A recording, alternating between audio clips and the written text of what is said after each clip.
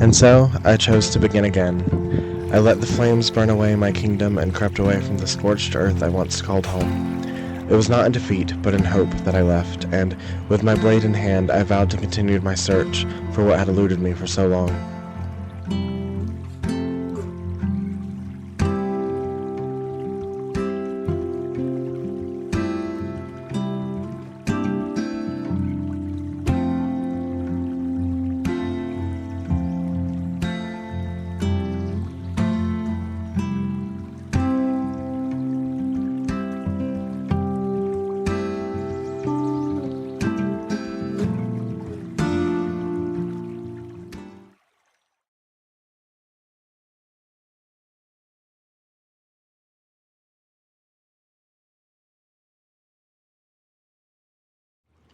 Someone had taken my throne, my crown.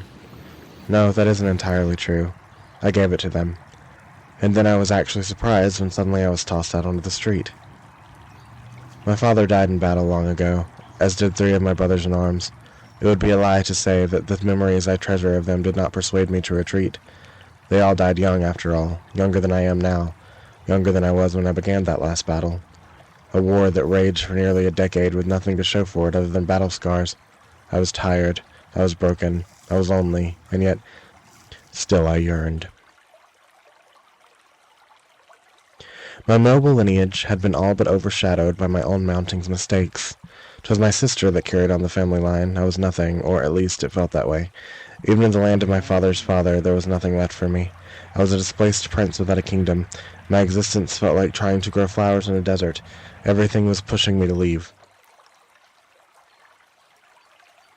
I had said my goodbyes and ridden my noble steed far away into the night, the stars guiding my path.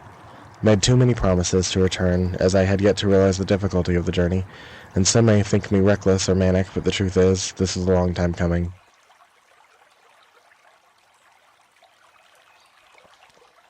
In this new kingdom I have met a dwarven bard in a tavern, and we drank mead and danced whilst he wrote me a song on his lute. At first I thought nothing of it, simply perhaps he found me pretty, and this was his usual tactic for getting handsome strangers in his bed. However, the next morning he remained by my side, and now we traveled together, slaying dragons, exploring dungeons deep, rescuing maidens. We talk for hours into the moon and make love deep in the forest. We take everything on together, one quest at a time. Do I miss my kingdom, my loved ones within its borders, my animal companions? Of course, heartbreakingly so. But I am choosing happiness. Every morning I wake up safe in the arms of a man that loves me, and I don't have to wonder whether or not that love is true. He shows me. But change is hard. Times are hard, and times are changing. I found myself quite often questioning whether or not I am really almost 40 years old, looking in the mirror and telling myself that I don't look it, and I certainly do not feel it. Perhaps I simply got confused somewhere along the way and skipped a few years or something. Time marches on, and it just seems to speed up every year. I've lost so many loved ones, and I fear losing more. I dread it. I've started over, someplace entirely new. I just didn't realize how difficult it would be to let go of some of the aspects of the past. Unfortunately, my life has played out in such a way that it is a bit more reminiscent of a sitcom television show than it does an epic fantasy or a love story. Each season, the main character is in a new place doing new things with a whole new cast of supporting characters, and I'd be lying if I said I didn't greatly miss some of my old friends. If you know me or my writing, you'll know that I have been writing fantastical and magical queer romance stories since my formative years. One boy falls into a magical world or meets a magical man that sweeps him off of his feet.